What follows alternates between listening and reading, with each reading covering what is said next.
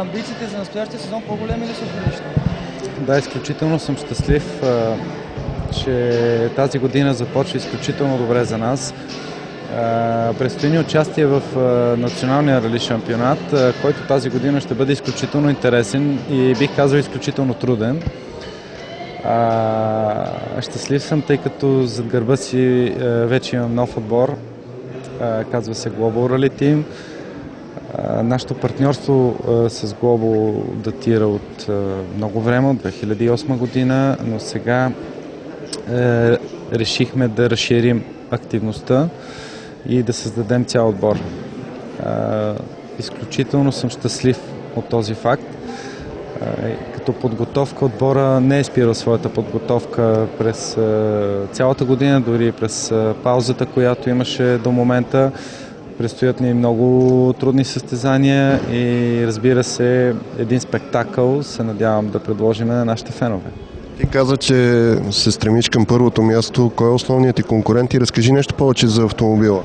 Имам свойството да не подценявам своите конкуренти. Всеки един е абсолютен конкурент.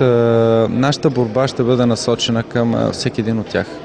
Както винаги сме правили, идеята ни за възможно най-добро представяне, борбата ни е за национална титла. Разбира се, в края на годината бихме искали да направим няколко кръга от Европейския рали шампионат, като подготовка за 100% програма през сезон 2012. За Европейския рали шампионат конкретно, така ли? През 2012? Да, това е идеята, основната цел и това, към което ще се бориме за следващата година, тъй като Global Rally Team е отбор, който ще се бори за постигането на по-високи спортни резултати и покоряването на нови спортни върхове. Преди няколко години там в Европейския рали шампионат наистина показа страхотно представяне, спечели дали няколко кръга. Мисля, че втори, ако не се завърши генералното класиране, именно може би това е и целта реално пред отбора за следващите няколко години.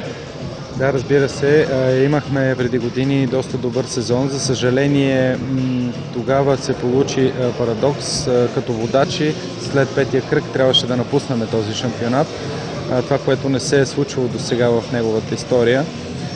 Но аз съм човек, който бих искал да се опитам да мисля позитивно и гледам наистина напред, гледам какво ни предстои от тук нататък. Не бих искал да се връщам назад. Благодарен съм на всички наши партньори, на Global и, разбира се, на Мабано, висококачествените немски продукти в лицето на Мабано компанията, които застанаха тази година зад нас и така мотивирано се надяваме да вървим напред. Кое е първото участие? Много неща предстоят, но най-първото.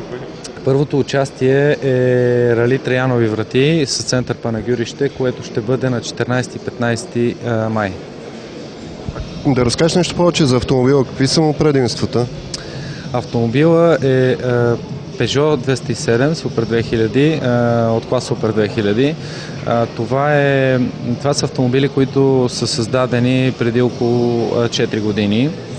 Като това е един от първите автомобили, създадени в този клас. Разбира се, те търпят постоянно еволюции в себе си. Като цяло аз съм изключително доволен от този автомобил, тъй като последните 2 години той показа, че може да бъде шампион. Надявам се да няма през годината технически проблеми с него и, както се казва, да имаме късмет, защото колкото и да сме мотивирани, колкото и да имаме голямо желание за добро представяне, разбира се, късмета трябва да е основното съпътстващо средство с нас.